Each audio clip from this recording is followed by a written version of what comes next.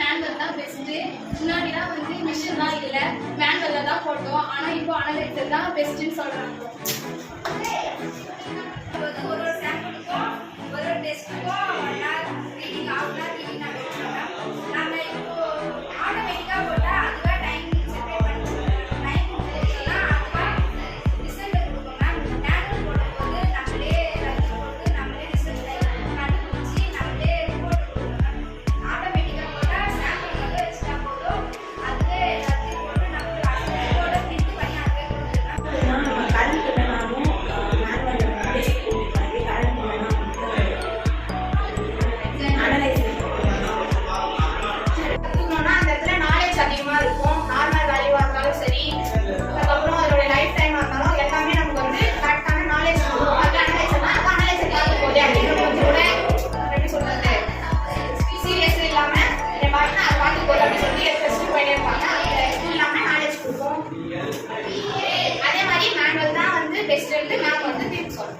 அதுக்கு வந்து டைம் வந்து நம்ம அக்யூரேட்டாக நமக்கு வந்து அது ரிசல்ட் கிடையாது.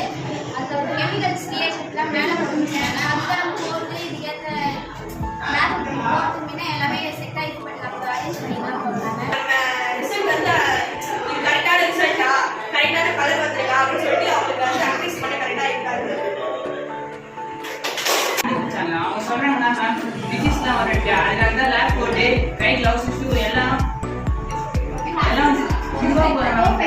பர்ஃபெக்டா நம்ம சேஃப்டியா போறாங்க. அது இல்லாம நம்ம மேனுவல் போற